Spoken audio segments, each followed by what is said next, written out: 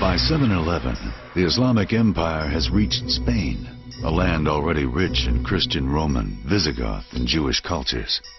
There, the Muslim leaders begin laying the foundation for a new Islamic kingdom in Europe.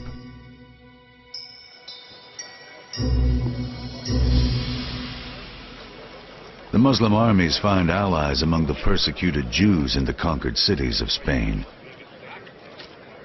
When the Arabs came in 711, the Jews were not unhappy, because that had to be an improvement. Any change would have been an improvement.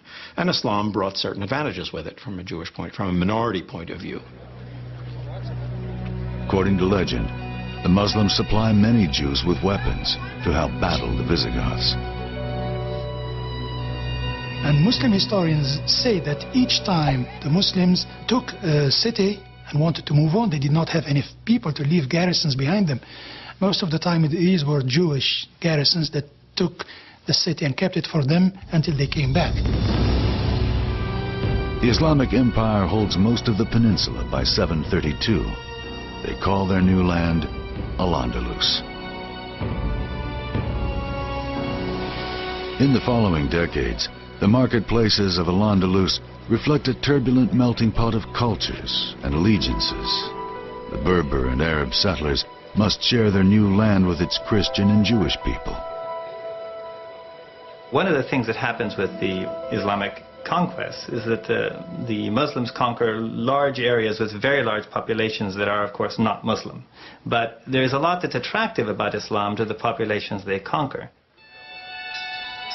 Under Islamic law, Christians and Jews are given the status of dhimmi, meaning protected people in Arabic. Muslims believe, and this goes back to the Quran, that members of religions of the book, the same scriptures, should be respected, which is to say they should be allowed to follow their religions. Jews and Christians may worship freely without fear of persecution, but they must submit to Islamic authority and pay a tax in exchange for this protection. Ironically, it is the undercurrents of political and religious tensions from within the Muslim community that will plague the leaders of Al-Andalus.